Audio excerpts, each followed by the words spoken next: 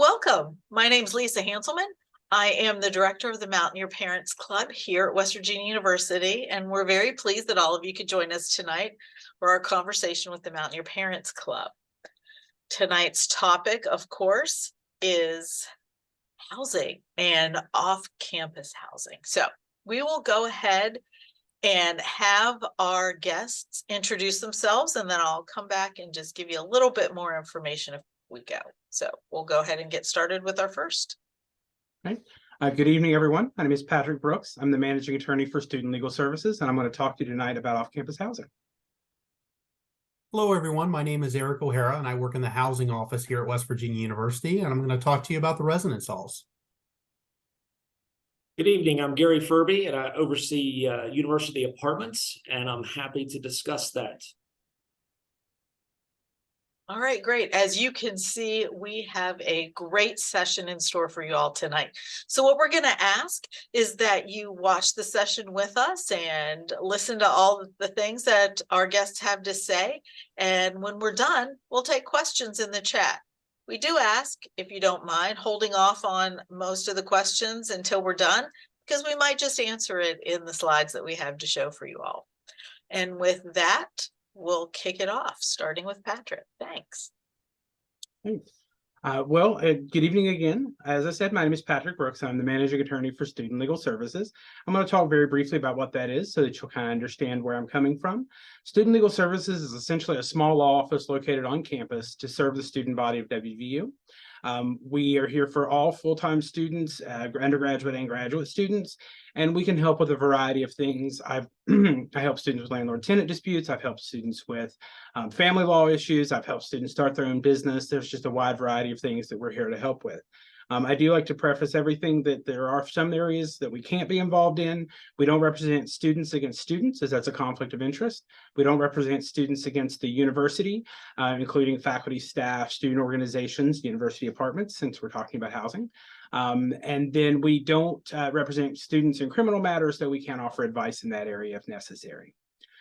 So jumping off from there, we're talking about our housing research and trying to figure out where our students want to live. So we'll start with kind of how do you find these places? So as I say on the slide there's lots of housing websites, apartments.com, Zillow.com, Rent College Pads, all things on social media. I'll be honest with you, I don't like a lot of these websites because they're not particularly updated. They don't provide the best information. Honestly, one of the best places to find up-to-date information is going to be either on the university's website or all of the landlords run their own websites. Almost all of them. I can think of one that doesn't, but almost all of the other landlords have their own websites. Strongly recommend you go and look at that. It's going to be the most up-to-date information, the most up-to-date pricing, the most up-to-date. A lot of them provide a sample lease on their website. So their own websites are going to be a great place for that information. Make sure that when you're doing those searches that you're taking time to look at Google reviews, Facebook reviews, Better Business Bureau, Yelp, websites like that. When I'm giving this presentation to students, I often say, if you have a landlord who has 500 reviews and a 1.4-star rating, chances are you may want to look somewhere else. But make sure you're reading those reviews and taking those reviews seriously. If a lot of people are taking the time to go on and talk about issues they've had, then those are definitely things that you'll want to take into consideration moving forward. As I mentioned, our Campus Life website, and I've got something from it I'm going to share with you in a couple of slides, but campuslife.wvu.edu has a lot of great resources on there, a lot of housing information. It lists local landlords, some basic information that we have available to us as far as their pet policies and things like that. There's also roommates.wvu.edu. That was created with the intention of being a place for people to go to kind of meet up and find people to be roommates. More often than not, what it's being used for is kind of a subletting portal. So it's people who are looking for someone to take over their lease, which can be useful if you're wanting to get into one of the few complexes in town that actually do fill up. Sometimes you can go on there and see where somebody is trying to relet or sublet a space in one of those complexes. And that can be kind of a side door into those establishments, those complexes. And then lastly, you have the DA, the Daily Athenaeum, which is our student newspaper here on campus. There is some information in the DA about the complexes. There's a couple of different complexes that advertise in there pretty regularly. One of the things I talk to students about is the DA's classified section and the Dominion Post, which is the newspaper here in town. The classified sections for both of those are great because if you're looking for kind of that smaller landlord experience, the garage apartment or something where somebody only owns one, maybe two properties and they're not, and you kind of want that connection and that relationship with kind of a smaller landlord. Most of those landlords don't have advertising budgets. For example, I know one landlord in town pays Rent College Pads like $8,000 a year to be on their website. A small local landlord with one or two properties doesn't have that kind of marketing budget, so they typically tend to stick to things like the classified ads in the newspapers. So once you've kind of started your search and you're looking at options, next thing you need to think about is location, or specifically what kind of housing you're interested in, because that's going to dictate your location in town. So houses are primarily located near the downtown campus. There are some in the Evansdale area, kind of behind the Towers residential complex there. But if you're looking to rent an entire home with a group of friends, then you're probably looking downtown. Apartments, there are apartments all over the town and all over the county, whether you want something a little quieter and further out, something really close to campus. If you're going to be on the medical campus or the engineering campus, there's options to get you closer to those. But so the apartments are basically everywhere around town. Condos, the condos that rent out are typically going to be in the health sciences area, kind of in the area of the Suncrest Town Center, for those that are familiar with that. So there's and then of course townhomes. Again, the townhomes are located just about everywhere, because a lot of times there are townhome complexes. A lot of the townhomes that are rented in town are individually owned townhouses that are being rented out by the owner and not necessarily an entire rental community. So those are the different types of houses around town. One of the really big things that I stress to students is keeping in mind your transportation. How do you plan on getting back and forth to campus? Are you going to drive? We do have a bit of a traffic problem in town sometimes. Parking is a lot better than it was when I was a student, but there's still, a premium on parking.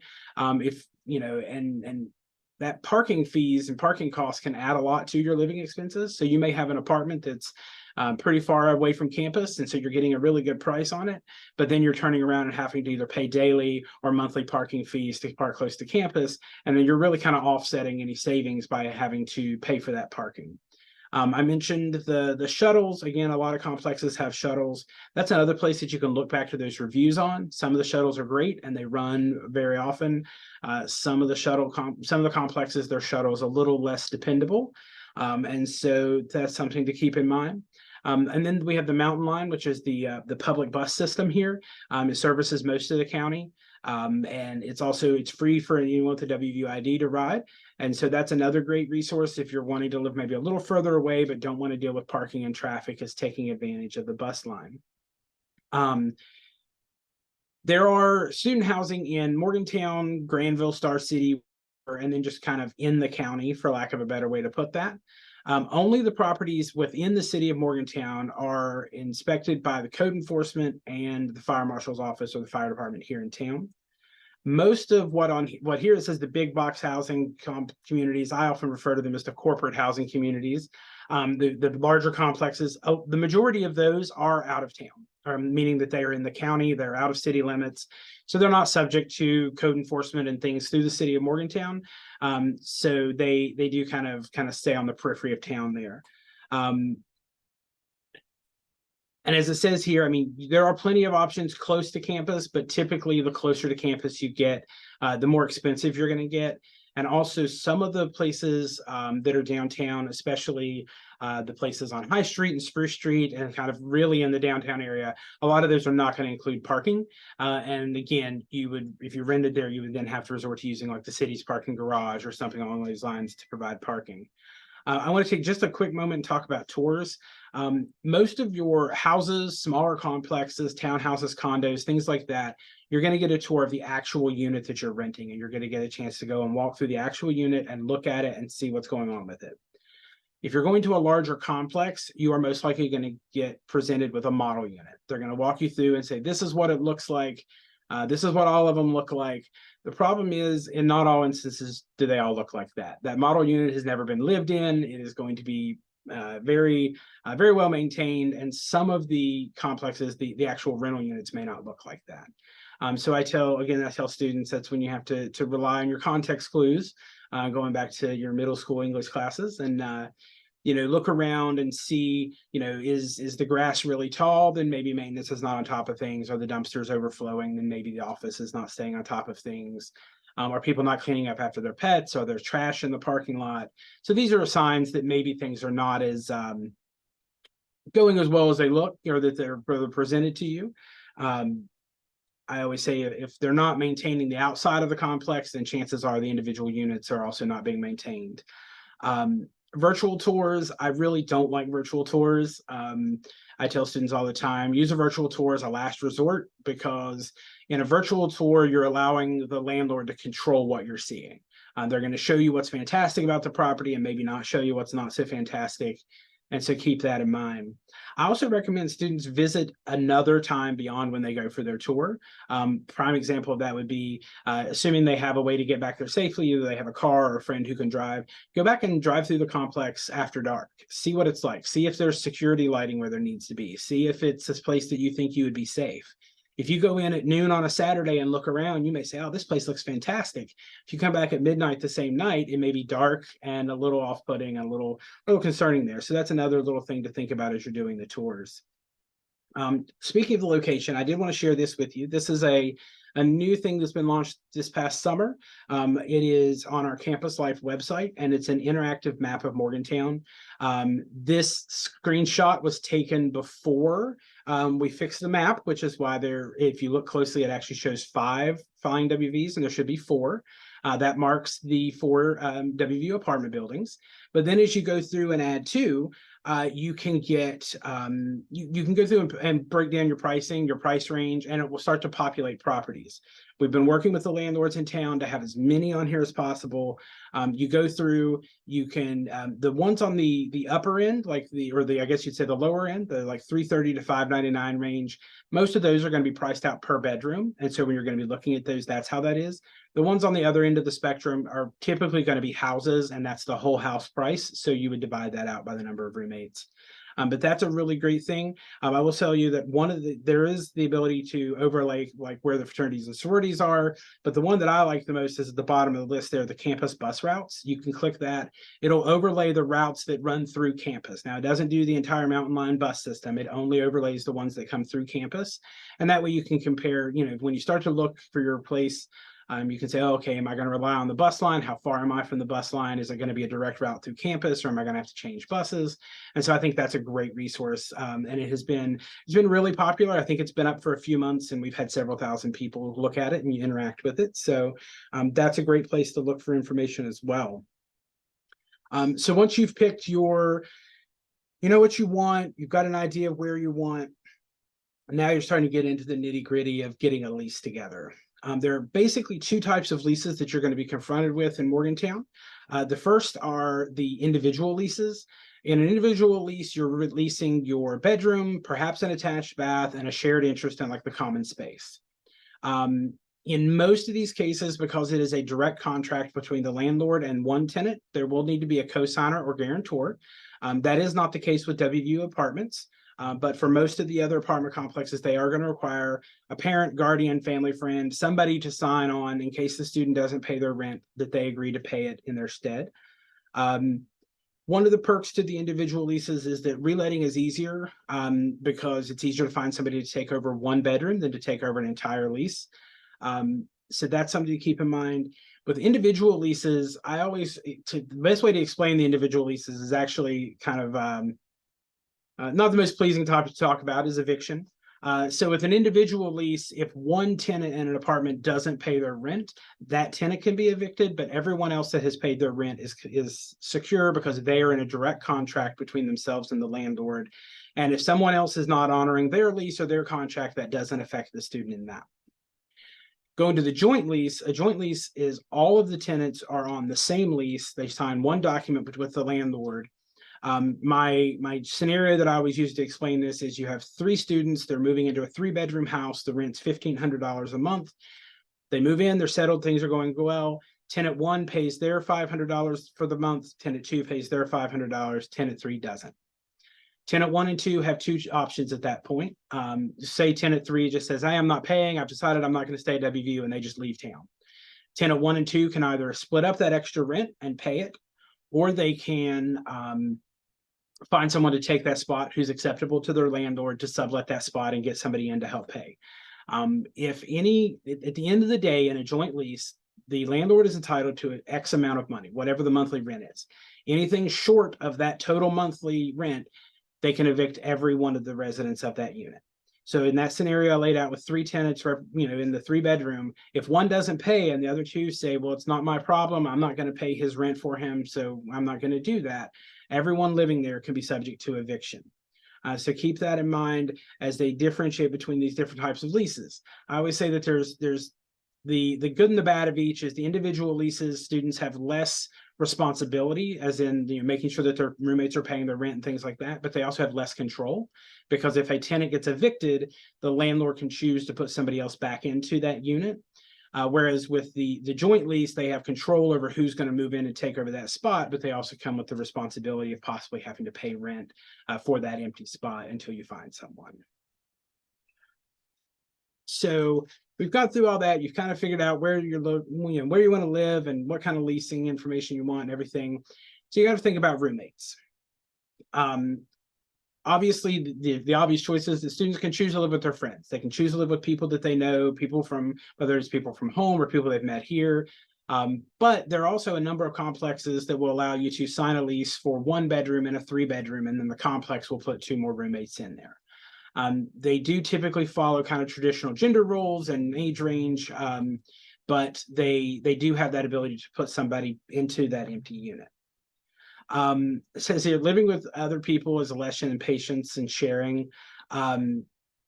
There are rental houses in this town that will hold up to 7, 8, even 9 students in one house. And oftentimes it's 9 students in sharing 1, maybe 2 bathrooms, which is its own stressor on top of it. So just keep in mind, I again, when I'm doing this presentation with students, I always pick on Sunnyside, which is an area of town here, and I say, when you're looking at a rental unit, that 9-bedroom house in Sunnyside looks like a great place to have a party. But in the middle of January, when you're living in a house that hasn't been properly insulated since the Hoover administration, it gets cold, it gets hard to live there, it's hard to be comfortable and settled and be able to focus on all of the things that our students need to focus on when your living situation is cold and miserable. So you want to make sure that you're picking roommates that have similar habits. The one I always use is, I was a night owl in college. I was that person who was up till 2 or 3 every night. Obviously, I don't want to live with that person who's going to get up at 5:30 in the morning and turn on the Vitamix blender and make their smoothie and go for their run, because after a while, that person and I are not going to be able to stand each other, mainly from sleep deprivation. So again, finding somebody whose habits are similar to yours, you can absolutely, like I always tell students, again, just because someone is your best friend and they are just the closest friend you have on the planet does not mean that they are necessarily the person you want to live with. The person that I was randomly assigned to as a freshman at WVU 20 years ago, he and I are still at least Facebook social with each other. But later in college, I had roommates that were good friends of mine, and we moved in together and we don't speak anymore. So just keep that in mind, that is something, just because someone's a great friend doesn't mean that they are going to be a great roommate. And then the last one's kind of interesting. It talks about making sure that make sure you spread the responsibility utilities around. I see this quite often. Actually, you'll have one student who's like, hey, I'm super organized and I'm super on top of things, so I'm going to put all the bills in my name. I'll pay them, and then everybody can pay me. And now that person has become both a lender and a debt collector to their friends and roommates, and they're having to deal with going around, waiting, somebody's not paying them, they're having to hound people. I always suggest share those utilities around, make sure everybody's got kind of some equal skin in the game on that. And one of the things that we can do at Student Legal is if the roommates all want to come in, and everybody has to be willing to, we can help draft up roommate agreements that help understand who's going to pay what, When are they going to be told how much they owe and things like that? So that's something to keep in mind. So the big question everybody wants to ask is, when should I sign? So this has shifted significantly over the last 20 years. When I was a student here, if you called a landlord even in November and said, oh, I'm looking for a place for next year, they would laugh at you and say, call me back in January. I'm not even starting this yet. Like, I'm not dealing with it. Now I have students coming in the first week of October saying, I've got this lease, and if I don't sign it this week, I'm going to lose out on this place. So there's a lot of that going on. I try to get students to wait as long as they can, at least try to get through your first semester if at all possible. Everyone says, oh, I want to live with my best friend and we're going to run off and sign this lease. But then that friend may transfer to another school. They may have academic issues that they can't come back. And now they're gone. And that if you're in a joint lease, you're in a position where the student is trying to find someone to fill that spot. Students may choose not to come back. Somebody will probably throw something heavy at me for saying this, but I have 2 degrees from WVU. I love it, but I would be foolish if I thought it was perfect for everyone. And so make sure this is where you want to come back before you sign a lease. I get students all the time who come in and say, oh, I just need help voiding my lease, or I just need help dropping my lease. And I wish I had that level of power. But oftentimes what ends up happening is I have to explain to them a process of how to relet their apartment, steps to take to try to find someone to take over their lease, because it is not simply a matter of, oh, I don't want this anymore, so I'm going to walk away from it. Oftentimes just walking away from a lease is going to land you in financial problems. It's going to ruin credit because landlords will turn things over to debt collectors. So just really know that there's really no reason to hurry through this. Landlords are going to tell you they're filling up, but they're not. I will say a couple caveats to that. There are some in town that fill up. There's only 1 or 2 that I know of that fill up outside of the university apartments. Let me be clear there. So yes, that spot in that complex may fill up, but there's going to be another spot somewhere else. And it is much better to wait and sign something later on when you're absolutely certain than to sign something now and 2 months from now be trying to figure out how to undo it and get out of it. There is more housing in Morgantown than there are students to fill it. And as I said, there are very few that are actually full. And being someone who lives here year round, it is true that in the spring and the summer months, you'll see certain complexes will launch specials because they're trying to fill up before the beginning of the semester. So sometimes even waiting until spring or summer, you can get some cheaper rent. And that's why so many students now will jump. It's like, oh, well, if I do it now, then it's $100 off per month. While that savings of $1,200 over the life of the lease is great, when you consider that the alternatives, you may have to try to get out of a lease, you may be paying rent to an apartment that you're not living in, things like that, that $1,200 quickly becomes not worth it to jump in really quickly and end up regretting it. Just a few kind of move in, move out tips that I've been sharing every time I get a chance. A big one, and that's why I've got it in all caps. Move-in reports, when students arrive in a new apartment, they're often given either a paper form or a website address of how to go in and do a moving condition report. What I see is students get excited. Sometimes it's their first apartment. They're there. They're running around. They're thinking about where they're going to put their furniture and where they want to hang their photos, and they just forget about this form. If that form is not completed, not returned back to the landlord, all damage that exists in that apartment is determined to be that new tenant's fault once they move out. So it is extremely important to fill that form out as soon as you get in there, as much as you need to. Before I bought my house, I was in an apartment when I first moved back to Morgantown. I filled out my condition report and I filled the front, the back, and attached the page because I was like, I'm not going to get blamed for any of this. So it's really important to take care of that. Photos and videos. People think I'm being a little overdramatic, but I promise you, you'll never regret having all those photos. They may be useless. You may get your security deposit back and it not be a problem, but it's better to have them and not need them than the opposite. Open every drawer, door, cabinet, closet, take photos.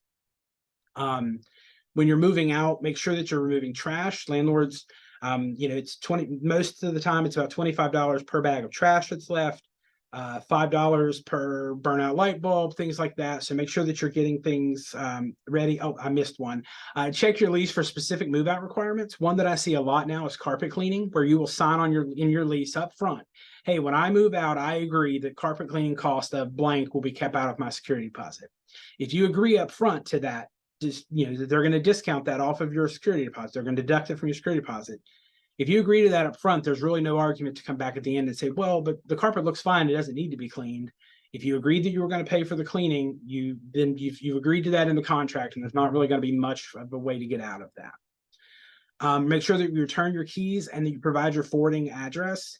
I often say you should provide it in writing through email or something like that. Oftentimes, what we'll see is that we have a couple landlords who will conveniently lose forwarding addresses. And then when we ask them why they haven't returned security deposits, it's, oh, well, we didn't have that. We didn't have the address, things like that.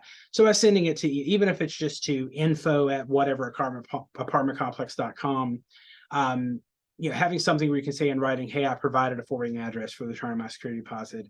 And then the big one that I get asked about all the time is the statute is more nuanced than this, but it is not worth reading to me to just say, generally speaking, landlords have 60 days to return the security deposit.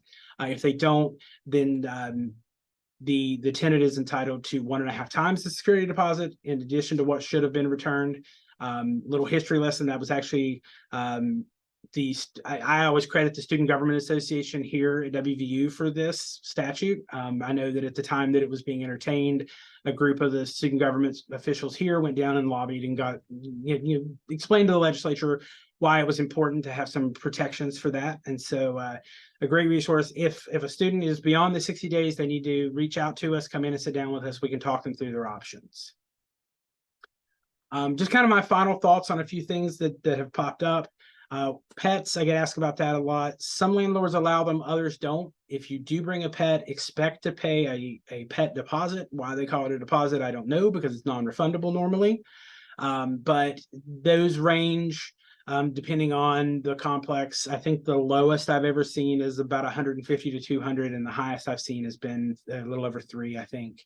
And then it's also not uncommon that in addition to paying that deposit, that there be some $10, $15, $20 a month of rent for the pet on top of the monthly rent that you'd be paying. Emotional support animals, I get asked about ESAs quite a bit. We can assist with the ESA process. I put on here when appropriate. One of the things that I have seen is a rise in questionable claims of ESA. And I do worry that the abuse of that system is going to eventually lead to either some serious changes or even, some court action to really limit the ESA process. So we will help if appropriate, but I do kind of reserve the right to not if I feel like it's someone who's trying to take advantage of the system. Renter's insurance, this has been something I've been harping on for almost a year now. I cannot stress enough the importance of rental insurance. Last December, whether you call it a bomb cyclone or polar vortex, whatever you want to call it, it got very, very cold here in December. We had dozens of buildings all over town that had pipes burst. Lots of tenants came back from the holiday break to find their apartment completely saturated, their things destroyed.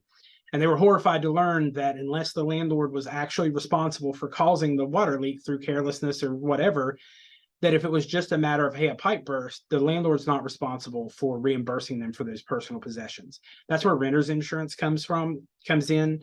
I really stress that to students, whether it's, fire or whatever, robbery, whatever, there's lots of instances where the landlord is not responsible for paying for those items. I put on here extending homeowners policies. A lot of people don't realize that the parent, guardian, whoever's back home for these students, that their homeowners insurance oftentimes will cover the apartment as an extension of their dwelling. You just have to talk to your insurance agent, see if that's something that they offer, and then make sure that you're keeping them up to date. Once a lease is signed, provide that lease back to the insurance agent. I've had several students who, by sheer luck or whatever, have found out after the fact that their parents' policy was going to cover them. And they were very fortunate that that came together the way that it did. So just keep that in mind. And then the last thing I'm going to talk about is just what we call lease reviews. Through Student Legal Services, on the last slide, you'll see our web address, and you'll also see a QR code, but that will connect you to an intake for Student Legal Services. We do lease reviews. Student comes in, they bring their lease. We go through it with them paragraph by paragraph, make sure they know what they're signing. If it's going to require a co-signer, we can try to set up something where whoever that co-signer is can join us by Zoom or other means, and they are part of it, and we go through the lease and we make sure that everybody understands. I really push these because I feel like a lot of the issues I'm helping students deal with wouldn't be an issue if students had read their lease in more detail. I understand why they don't. Some of the larger corporate complexes, their leases are 40, 60 pages long. And after the first 2 pages, they're just bored to tears and they just sign it. So if they'll come in, sit down with us, and we can explain to them, kind of point out the pitfalls, point out things that are kind of odd. I saw one the other day that the landlord required the tenants to repaint the apartment before they moved out. That was a new one for me. So just know that we're here and can walk them through that and walk everyone that's going to be signatory to it through it and make sure everybody is on the same page. So that's all I had for the evening. I think my slides, but I know we're not doing questions just yet, but there's my question slide. But again, the QR code and the web address there can get you through to do an intake to get in and take advantage of the services at Student Legal. Thanks, Patrick. Hello, everyone. My name is Eric O'Hara, and I work in housing at West Virginia University, specifically in the residence halls. And I know that we're meeting today with families that are not looking at the first-year live-on requirement, but many of your students did most likely live in the residence halls their first year and hopefully had a very positive experience, and it helped them transition from high school to college. But what a lot of families don't understand, a lot of students don't understand, is that we also have a fairly robust returner population of undergraduate students. So sophomores, juniors, and seniors.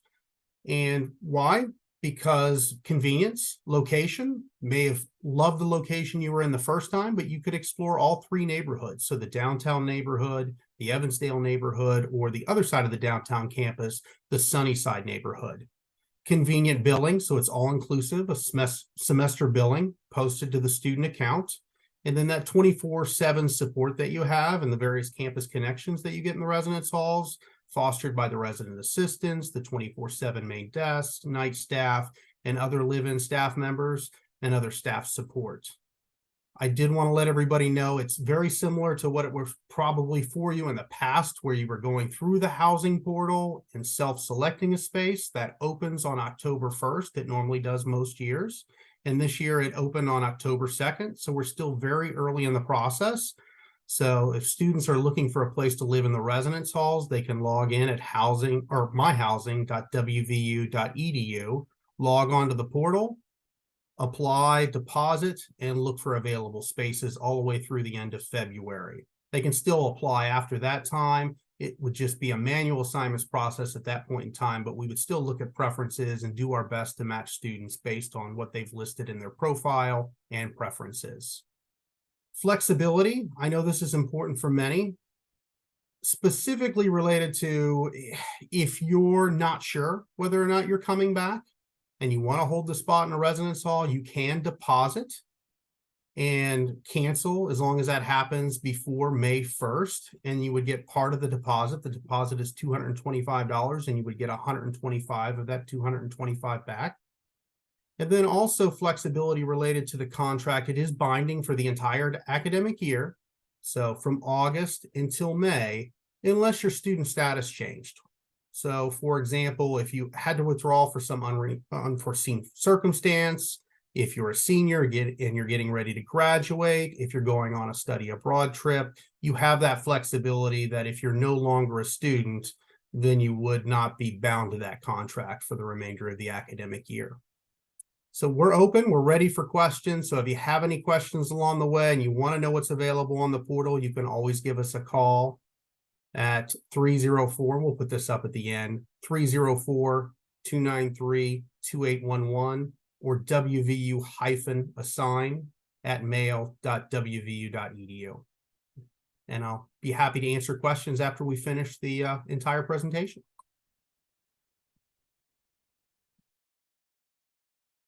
All right, good evening. Once again, I'm Gary Furby. I have the pleasure of overseeing and the day-to-day management of university apartments. So we like to say Mountaineers live here because we are operated by the university, and we have 4 communities within our operations. Vandalia Apartments, University Place, University Park, and College Park are the 4 communities. And as Patrick indicated, if you go to that portal map that he shared, you'll see sort of the locations around town. And I'll speak to that a little bit here in a few moments, but I did want to stress a number of things. particular that Patrick pointed out, as he was talking about the pluses and minuses, of different types of leases, it's important to point out and understand university apartments, at all of our communities, we offer individual leases. So your student is going to be responsible for their rent and their rent alone. And as Patrick indicated, that could mean that they may end up having roommates that they don't know, or it could be that they have roommates they do know. We do have a number of students who will approach us as a group and want to all reside in the same apartment, and we certainly do our very best to try to make those placements possible. And in the event that that's not likely, those students know in advance. But the important thing is, as they make their decisions about where they want to live, hopefully they do take into account all of the different options. Certainly living in university apartments means that they can use their student account, their financial aid, any scholarships or aid that they may have. Certainly if you're, if as a parent you're using, savings to write that, that check to the university, we have the option of posting the entire semester's worth of rent all at once. So it, makes one payment and then, takes care of that. Or they have the route of going the traditional monthly rent and pay as they go. So a lot of flexibility with respect to how we're able to bill our students. So that can be, like I said, by the semester, fall, spring, and summer, or as they go each month. Our leases are annual leases, so they'll start in August and they'll run through July. And in almost all instances, utilities are entirely included. We do have a credit system at College Park for electricity only. And so that is, we find that most students never exceed that credit, but in the event that they do, they do end up owing a little bit extra. But again, that goes through their student account process and they get an invoice explaining that overage. All of our apartments and complexes have on-site laundry facilities. Most of the apartments have that within the unit themselves. In some cases, they will have to go down the hall. Vandalia in particular, it's not in the units, but College Park and University Park and University Place, most of our apartments there have washer dryer actually in the unit. So a lot of students like that. And, importantly, because they're university operated, we take health and safety as a priority. I know for the last several years, every time I gave this talk, we talked a lot about COVID protocols and so forth. Fortunately, that has not been an issue. And hopefully for the foreseeable future, we don't have to go back and have those discussions. But I do want to emphasize that, when we were in that phase where we had to deal with a host of what I'll call inconveniences at a minimum, we took serious our students and their situation. And if we found out that a student had tested positive for COVID, we tried to accommodate roommates so that they could isolate us in a separate location. We made sure to check up on our students, and I think part of that is it just emphasizes the connection to the university. Our staff that manages the apartments are all, for the most part, all university employees who report up through me. And so when we have issues, we do our very best to resolve those. And as I often tell folks, we're not always going to solve the problem to the liking of our students and their parents, but we're certainly going to do our very best to address the issue and make sure everybody understands the outcomes. I do want to emphasize one thing, and it wasn't part of my plan, but Patrick did a great job talking about the condition forms. That's something we do ourselves as well. We give each student a link when they move in, and I would just emphasize that is important, regardless where you live. Fill those forms out. And because I can tell you on the flip side, when our staff goes through in July and they are inspecting apartments, there's a similar form. And we're going down through each box and we're checking, is this clean? Is this clean? And if it's not, we're taking the pictures ourselves and showing. And so I would say not only do that when you move in to get the condition, but also when you move out, when you cleaned, take the pictures and that way when we are resolving disagreements over, how dirty something was or whether it wasn't at all. It's easier to have that discussion when everybody brings to the table their own information. And again, to work through that and try to resolve it. So The other thing I would say, and I think Eric's made a good point in talking about the flexibility. Obviously, if your student they may know they're only going to be on campus for another semester. Maybe they're close to graduating, or they get to a point where they're close to graduating. They can need one more semester. The residence hall is a very good option for that. We offer some flexible leasing at a couple of our locations, but those are very hard.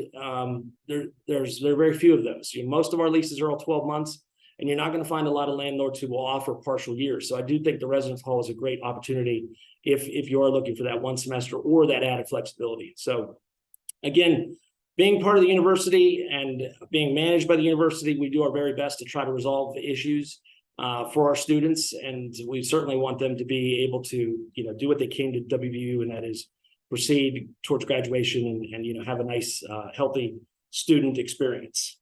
So, I mentioned the properties, and so I just really want to go through. I will tell you, we have a website, universityapartments.wvu.edu, that has all of this information and more. But our 4 communities, Vandalia, if you've been to the mountain layer, you've probably been very close to Vandalia. We say there, it's 3-minute walk. It's very close. I will be honest, among our properties, it's the more affordable. Frankly, the amenities are not, they're not, you're going to have, some of our apartments have, hard countertops and a lot of really nice amenities. And Vandalia is a pretty, it's run of the mill. You get what you expect. It's close. And, there is on-site parking at this community as well as our other communities. It's limited and there's an extra fee, but, our students do like the convenience. And Vandalia, you can easily walk to it if you have any of those classes in the downtown area, and it offers 1 and 2 bedroom options. So that's Vandalia. Next one is University Place. And Patrick referenced Sunnyside. Well, University Place is right there in the middle of it. If you've driven up University Avenue or down University Avenue, you probably have noticed University Place. We have apartments in the high rise, the North Tower. Its sister property is Seneca Hall. So if your students have lived in or visited Seneca Hall, they're very familiar with the University Place complex. Down on Grant Avenue, we actually have a couple rows of townhomes that are down there, and you can see them in that right photograph. So again, it's a different type of an environment, but still part of our operations. And within the apartments and the townhomes, you have 2, 3, and 4 bedroom options. And again, the amenities I referenced earlier are all there, including the washer and the dryers. University Park is over on our Evansdale campus. From University Park is a walking distance to all of the Evansdale classrooms, to the health sciences, and to all the athletic venues. And if you don't mind the stairs, you can get to the College of Law pretty easily as well. For a lot of students, it's a really good choice for that convenience. If your students have lived in Oakland, they share a courtyard with the University Park apartments, and so they're very familiar with that location. In addition to the top of the line amenities, each of the apartments at University Park includes a balcony that either looks into the courtyard or to the neighborhood around. Again, convenience can't be beat if you're looking for location on Evansdale. And then finally, we've got College Park. College Park is, it is not contiguous to campus, which means it's a little bit of a walk. And there is a shuttle, and you can see a picture there in the upper right corner. That shuttle runs basically 9 to 5, gets students up and down the hill that you'd have to walk if you want to walk there, but it's certainly doable. And College Park is our largest community. We have 1, 2, 3, and 4 bedroom options there. Again, each apartment has a balcony. It's our one community that is pet friendly, aside from the emotional support animals, which obviously can be it's under certain circumstances permitted anywhere. But College Park, we do allow the pets, and as Patrick indicated, there's an added fee for that.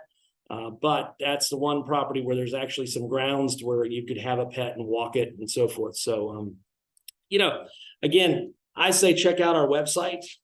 Your students certainly are invited to visit the properties. In fact, this coming Thursday and Friday, we're hosting open houses. They can visit, interact with our managers and our students, CAs who work there, or the CA is a community assistant. They're very happy to address any questions or concerns.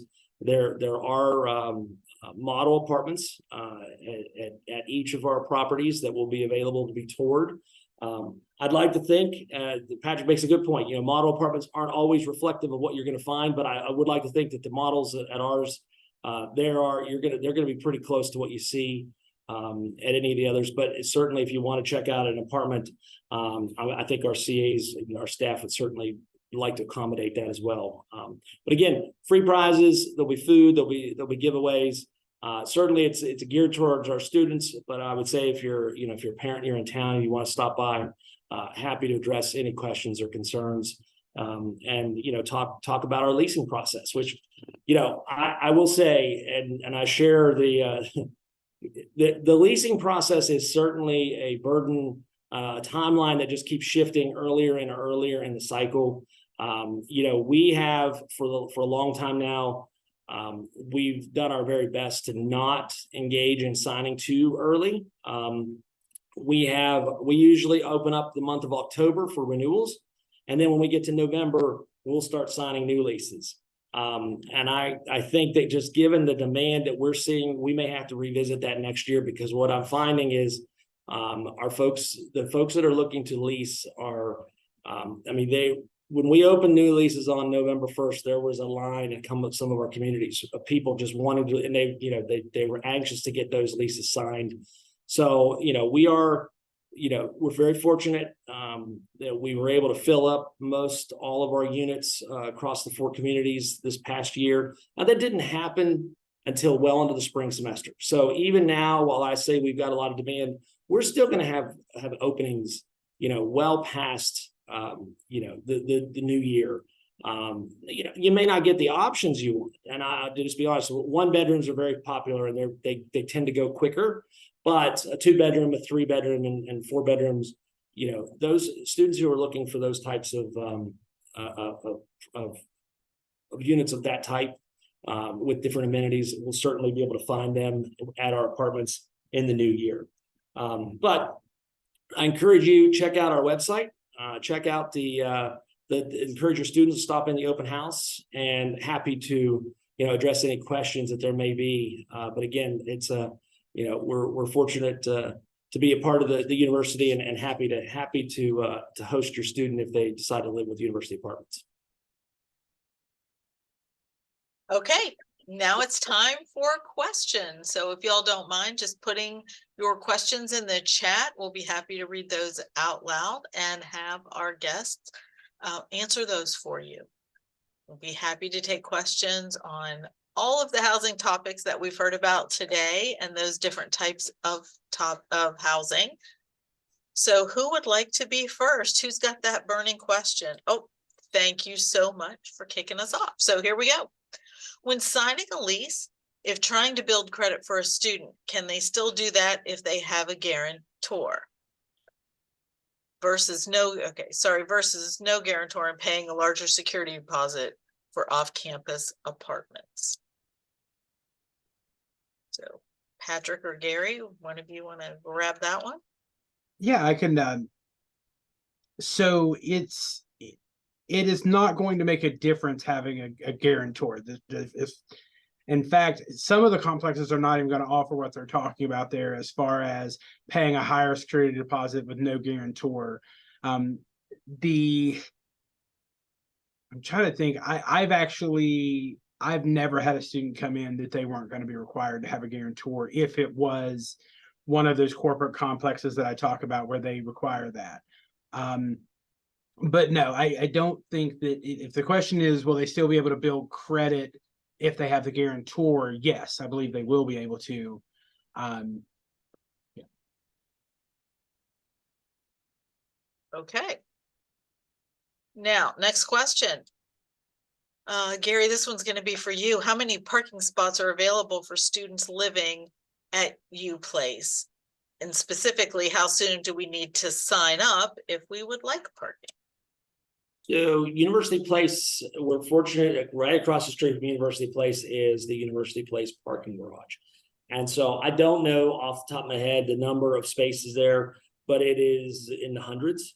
And so I think there's more than enough spaces there. I will also say it's a premium, the cost at U Place. But there should be plenty of parking spaces available now and certainly into the new year. And I would say call the University Place office tomorrow. They'll be able to tell you exactly how many spaces and when they think you need to make that decision. I think, demand is high for on-campus parking, but U Place, because of the garage and honestly, because of the price associated with it, there are usually spots available there. Vandalia, I will tell you, it sells out pretty quickly. And often we send, if students are living in Vandalia, they're close enough to walk to the University Place garage. And so that becomes an option for them as well. But I don't have that specific number, but I do know it's in the hundreds. Thank you very much. Okay, next question. Can you use a 529 to pay for off-campus housing? My understanding of that is that you can, but only up to the university's cost of attendance for room and board. So if you go on to financial aid website and you get to the kind of projected cost of attendance, you can use that as an estimate. But my understanding is, so for example, you couldn't use a 529 and move into a high dollar luxury accommodations and be able to expect the 529 to cover all of that. But my understanding is that you can, but again, it's capped at whatever the university allocates as room and board in the cost of attendance.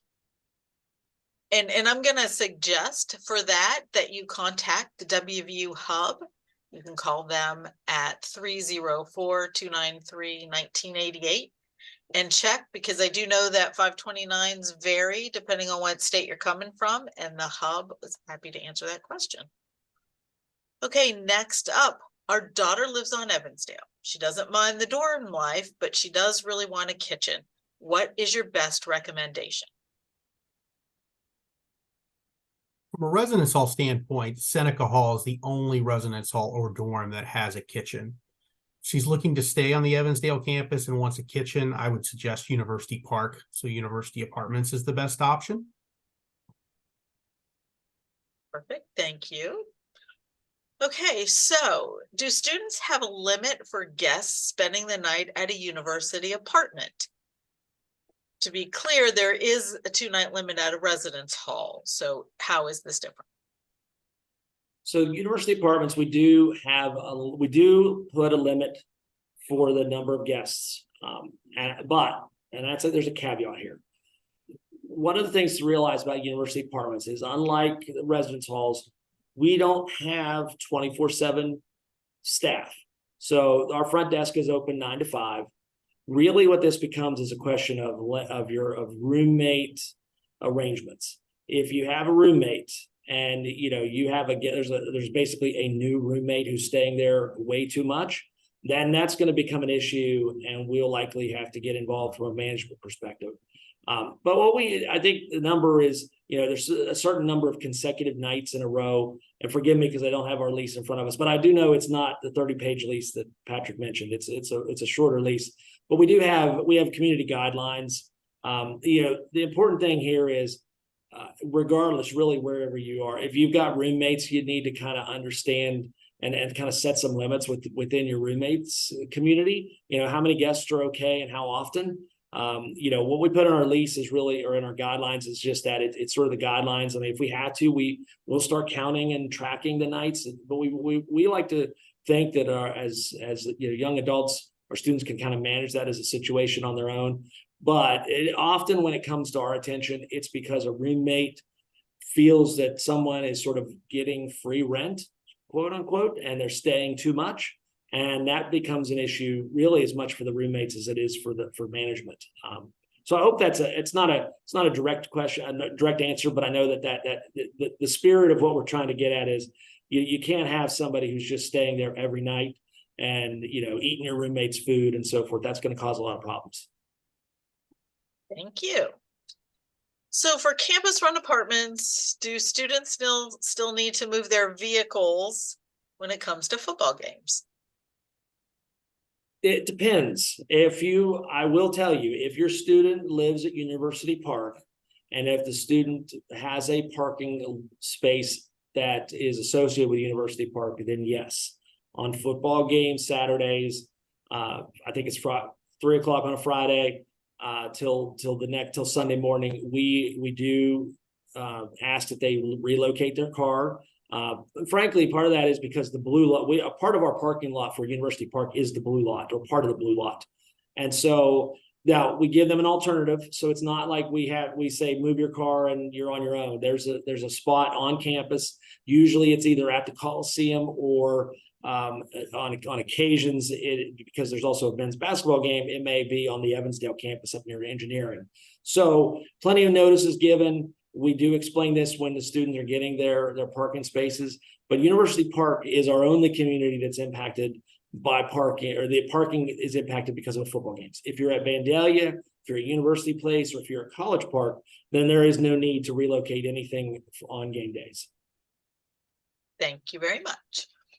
So any thoughts on housing in the event that your student lives in a residence hall now, wants to live in a university apartment next year, but also wants to take classes over the summer? Is a residence hall room available over the summer? We do offer summer school housing, and we do have a lot of students that are getting ready to transition to their next lease or into a university apartment that stay with us. We offer summer school housing in the residence halls at Oakland Hall, so in the University Park complex. Thank you, Eric. Okay, so what are the students' parking options if they do need to drive to campus for classes from their off-campus housing apartment? Do they purchase an annual commuter parking pass, and are those lots far from academic buildings? Most of the time when I talk to students about parking, my recommendation for a lot of students is the Coliseum. The Coliseum, I think, is the easiest place to park, in that it's one rate for the whole day, whether you come in at 8 a.m. or 4 p.m. It's $1. It's through an app. It's the Park mobile app. It's $1.25 to park all day. You have quick access to the engineering PRT that can take you to the other campuses. If they want to come to the downtown campus, there are a few private lots around campus. Again, they are pretty pricey. The one that I was using an example is right across from the Life Science building, and it's $140 a month. Of course, there's the Mountaineer parking garage and the short-term parking in the Life Science loop there. All of those are going to be, pay by the hour parking. Another option to consider if you're coming downtown, but you want kind of guaranteed parking, is the city has a couple garages, one on Walnut, one on, not on Walnut. Yes, one on Walnut, one on Spruce. And those are both, you can get passes through the Morgantown Parking Authority for those garages. So it's really going to depend on the need. If it's, one class downtown 2 days a week, do you really need a 5-day-a-week pass for something like that? Maybe not. It's really going to depend on the student's schedule and where their classes are. And if their classes are at the Creative Arts Center or the engineering, I don't think there's any better option than parking there at the Coliseum and walking across the street. But it's really going to depend on their individual schedule and where their classes are. Thank you very much. Next question. If two students sign a university apartment application for a 2-bedroom apartment and have done that before December 1st, if there are no 2 bedrooms available, can they get out of that lease? I'm concerned they're signing for something particular. And how can this be allowed if at the time of signing, the complex cannot guarantee what is available? Yeah, so that's touching on the sort of the demand issue I was referring to earlier. So we do allow our renewal students, so the students living at our apartments right now, have through November 30th to lock in their current bedroom, essentially to renew their lease and stay right where they are all the way through the next year. That's a benefit to them. It's a benefit to, it's one less apartment that has to get turned and cleaned and so forth for a whole new resident.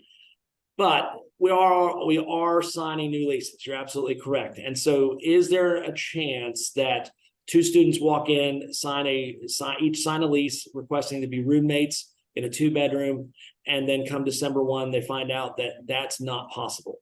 And if that's the case, then we will work with those students. We would not penalize them in that instance. And that's something that we've been working through as we go through this sort of high demand period right now, waiting on those renewals to get locked in. So I don't want anybody to think that there's going to be a detrimental effect. What I would say is early December, that first week of December, we're going to be able to follow up with anybody who has signed an application, gone through that early leasing process with the university apartments, and confirm what they did get, whether they got their space or not. And I wouldn't be too concerned with the 2 bedrooms. Like I said, the 1 bedrooms are where we get our highest demand right now. And, in essence, we're creating a wait list because we do think there are going to be students who, sign that they're going to sign, and they're going to be to be quite honest, impatient. They don't want to wait a couple of weeks to find out. They're likely going to go sign somewhere else. And then when we call them to confirm they got their slot, they may say, well, I've already signed down the street, in which case we'll move to the next person on the list. So in any instance, I think, if there are issues, certainly we'll work through that with the students, but I don't foresee this being a problem. Thank you very much. Does living in U Place or another university-owned apartment complex get reported to credit agencies? Mostly meaning, will consistent rent payments help their credit score? I don't know the answer to this. It's a really great question. And I just, at this point, I don't know the answer. I'll put it this way. It's not something that's built into our operations to report out, but because the payments are being made directly through the university, I would imagine it would have the same impact as a student paying their tuition each and every semester, because again, it's a payment to the university. But it's a great question, and I will endeavor to find an answer, and maybe we can share that at some point. Okay, well, that's fair. So, Eileen, feel free to reach out to the Mountaineer Parents Club and send us your question, and we will make sure that we get you an answer for that. And anyone else who wants the answer to that question. Okay, next up. My son would like apartment living, but plans to come home in the summer. What are options for summer? I imagine it's hard to sublease for summer, and you must have a year's lease. Yeah, so there are complexes in town that do August to May leases. Only one is coming to mind, and it's not one that I would want anyone to think I'm publicly endorsing, so I'm not going to say its name out loud.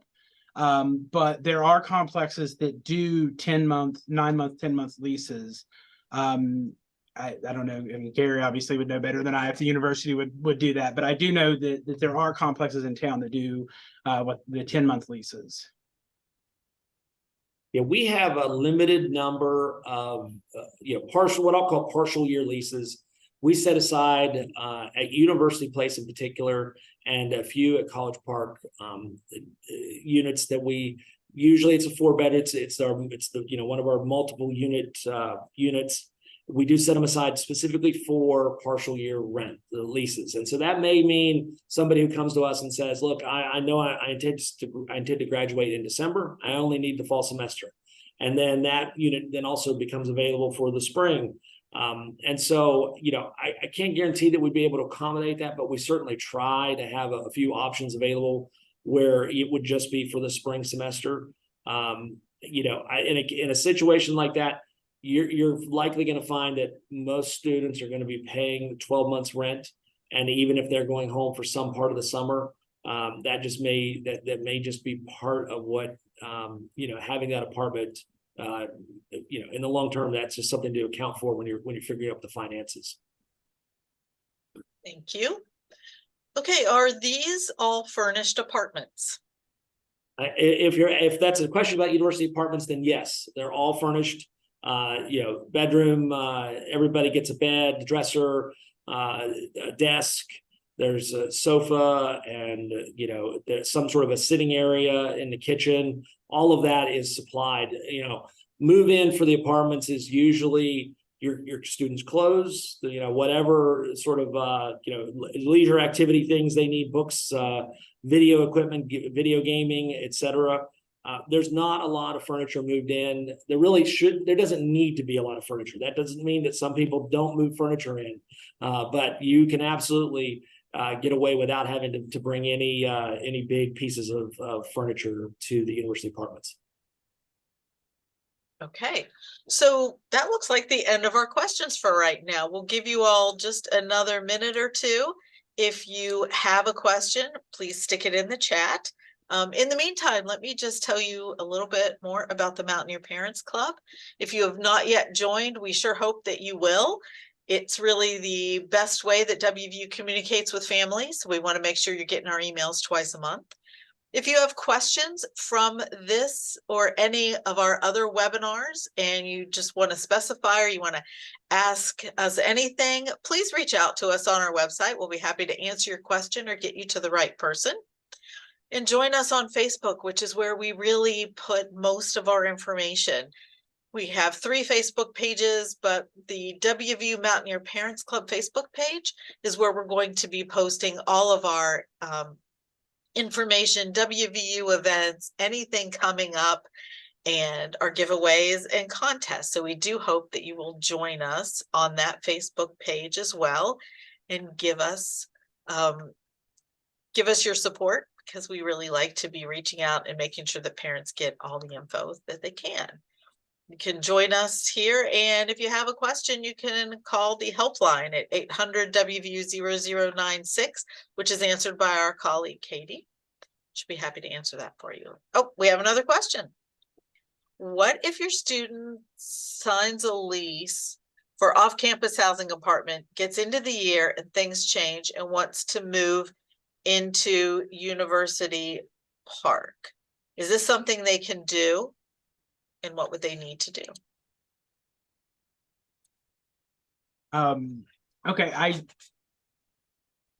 think I understand the question. So basically, I mean, if a student is living off campus and decides that they want to transition to on campus, there's a number of things there. One, again, is going to be what is the availability, not to speak for Gary, but obviously if there's no available units, there's nowhere to move into. Now, as far as leaving the other place, or if they were living somewhere off campus and in a private rent or in a rental unit, I mean, that comes back to the difficulty of getting out of a lease. I mean, it is extremely difficult unless there has been some issue where the unit's not habitable or there's something to that effect. Otherwise, the easiest way to kind of deal with that, and what I often talk to students about, is reletting, which is just finding someone to take over for them. But no, it's not an easy transition to just say, oh, I don't like to live here and I'm going to go live there instead, if you're under a lease, because those are, again, binding contracts and very difficult to just walk away from. Yeah, I would echo everything Patrick just said there. With one thing I would point at, certainly mid-semester, it's going to be tricky. And University Park, if it were this semester right now, we don't have any openings for this current semester. So it is, certainly don't want to act unless you have a place to move to, number one.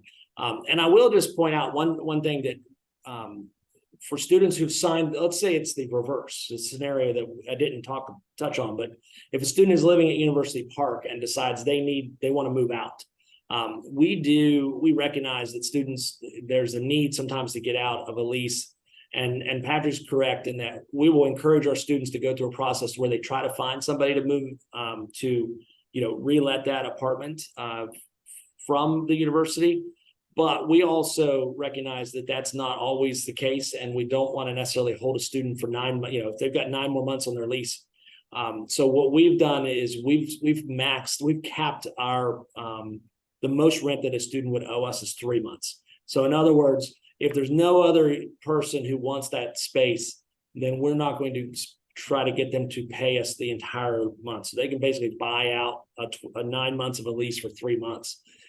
It's not without a penalty, I'll be honest, but it also is it's a compromise that we've tried to strike, because we do recognize that sometimes students need out. And, often if you can't get to the next semester where a lot of demand will come, then that's sometimes the best option for a student to pursue. So that is one option that we do offer at our apartments. All right, let's see, we have another question here. Do students need to have a meal plan while living in university housing? So at university apartments, they do not. They certainly have the option to get a meal plan, but an upperclassman who's living in university apartments will not be required to have a meal plan. Again, they're fully, all the utilities and conveniences of a kitchen, stove, etc. All of that is there, so we would anticipate they're going to be cooking their meals. But again, some students do want to buy into those meal plans. I think there's like a commuter plan, which is a very limited number, and so that would certainly be an option. Okay, Eric, if you wouldn't mind jumping in on that one, and then we have another question for you, because if they're living with you all, they'd need the food plan. That's correct. If they're living in a residence hall, they're required to have a residential dining plan. And as Gary mentioned, there are a lot of off-campus plans or commuter plans they can explore if they're not living in a residence hall. Okay, and the other question here is, can we hear a little bit about being an RA? Absolutely. We love when students want to take a plunge into becoming a resident assistant. I would say it's one of the most important leadership roles on campus. We have many great student leaders on campus, but very few of them live in the trenches with our first year students. I did post a link in the chat that outlines the process. It did open, at least the application did, on Tuesday, October 3rd. And the position description can be found there, how to apply, and you have to attend an information session and all the important dates. So interviews are coming up in January 6th or 26th through the 28th. And then if you have any questions about the process, the contact information is there, the RA selection email account. Okay, well, again, that is our last question for now. So we'll just wait another minute here and make sure that we've answered all of your questions.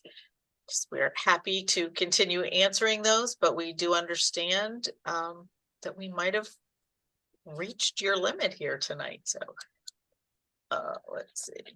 Nope, nothing yet. So anyway, I will remind you all that the Parents Club does different webinars. This is our third one for current families so far this semester. And we'll have some other things in the spring that we would invite you all to participate in. And if we don't have any more questions, which looks like we don't, then we will say goodnight. And thank you once again for joining us, not just our guest panelists, but all of you parents and other family members who have joined us today. We appreciate it. If you have any questions about anything, reach out to us at the Parents Club and we'll make sure that we get that answered. And continue following us for lots of other great information. And with that, we will say goodnight. Thanks.